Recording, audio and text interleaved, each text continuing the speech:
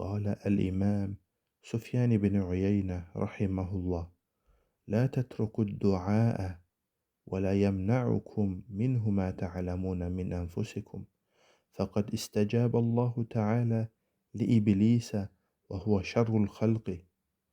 قال قال رب فأنذرني إلى يوم يبعثون.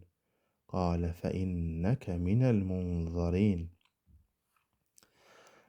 Böyük İmam Süfyan ibn Uyeynə, Allah ona rəhmət etsin, belə deyir: Dua etməyi tərk etməyin. Özünüz haqqında bildikləriniz, yəni günahlarınız, pis əməlləriniz sizi bunu etməyə mane olmasın. Yəni sizi dua etməkdən çəkindirməsin.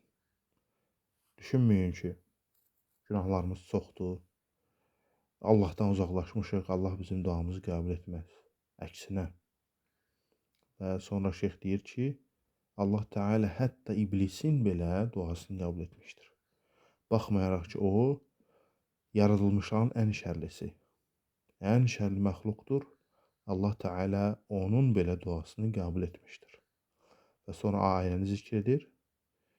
Ayə Hicr surəsi: Ey Rəbbim, diriliş gününə qədər mənə möhlət ver.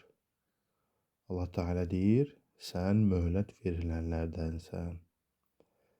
Bu əsəri Beyhaqi rahimehullah Şuab-ül İman'da zikr etmişdir 1107 rəqəmi ilə.